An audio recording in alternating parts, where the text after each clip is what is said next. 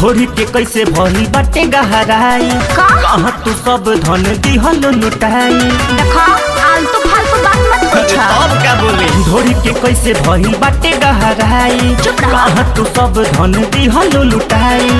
लगे दूसरे के कइल है यूज हो सटता भेड़े तू हो जाइबा फ्यूज हो झूठा कहला के कइल है यूज हो। सटता भेड़े तू हो जाइबा फ्यूज हो झूठा कहला के कइल है यूज हो। अरे पवित्र बनताड़ू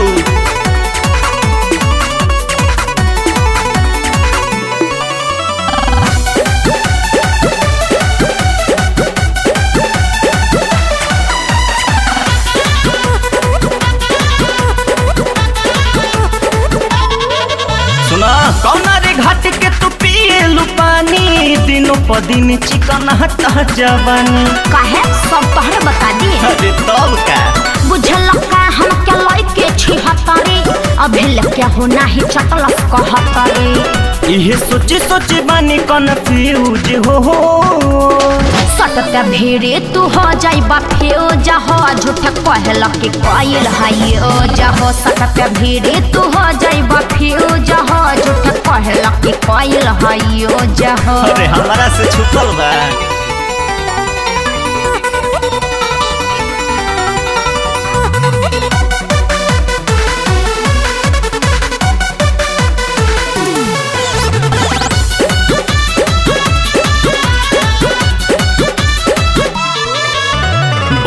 जानी हमसे इतना पवित्र बुझतनी कुल तोहर चरित्र। देखा ज्यादा मत बोला बुझला। दिक्कत बका देखला बाबू तनी नियरा होया के चिखला मलाई तनी हमारा खा के लगे गोलू से ले बारू ड्यूज हो।